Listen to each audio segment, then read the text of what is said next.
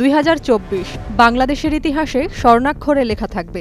শুরুটা হয়েছিল পাতানো নির্বাচনের মাধ্যমে, শেষটা হলো স্বৈরাচারী শাসকের পতনে। ছাত্র জনতার অভ্যুত্থান ঘটিয়ে বিদায় হলো ১.৫ দশকের স্বৈরাচারী শাসনামলের।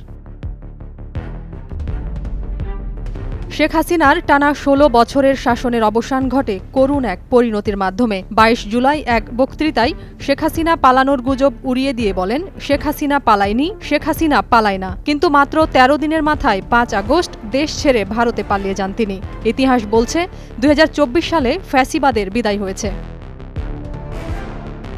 ৬ জুন থেকে শিক্ষার্থীদের বৈষম্য বিরোধী আন্দোলন শুরু হয়। এক মাসের মধ্যে তা রূপ নেয় জনতার অভ্যুত্থানে। সরকার হামলা, গুলির মতো কৌশল ব্যবহার করলেও আন্দোলন দমাতে ব্যর্থ হয়। পরে আবারও ১৫ জুলাই শেখ হাসিনার বিতর্কিত বক্তব্যে ক্ষোভে ফেটে পড়েন শিক্ষার্থীরা।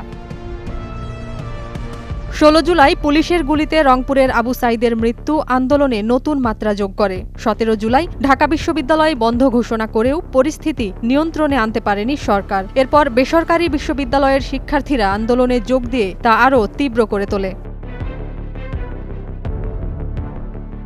১৯ জুলাই কারফিউ জারি করে দেখা মাত্র গুলি করার নির্দেশ দেয়া হয়। সশস্ত্র হামলায় গুলিতে নারী শিশুরাও প্রাণ হারায়। একদিকে লাশের মিছিল, অন্যদিকে শেখ হাসিনার উন্নয়ন ধ্বংসের আরতি। বিরোধপূর্ণ এই চিত্রে ক্ষুব্ধ হয় পুরো দেশ। ৫ আগস্ট সরকার পতনের পর শেখ হাসিনার আমলের জুলুম নির্যাতনের অজস্র ঘটনা প্রকাশ্যে আসে।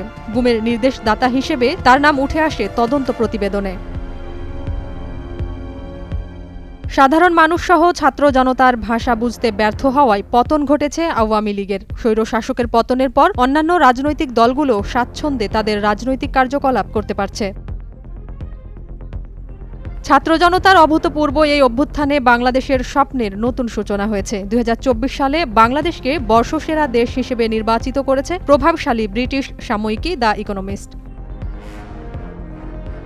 ২০২৪ আমাদের শিক্ষা দিয়েছে, মানুষ যখন এক হয় তখন কোনো স্বৈরশাসকই টিকে থাকতে পারে না। এই গণ অভ্যুত্থানের মধ্য দিয়ে জনগণের যে আকাঙ্ক্ষা তৈরি হয়েছে তার বাস্তবায়নই এখন প্রধান চ্যালেঞ্জ। নাজিয়াত রুনা, নয়া দিগন্ত।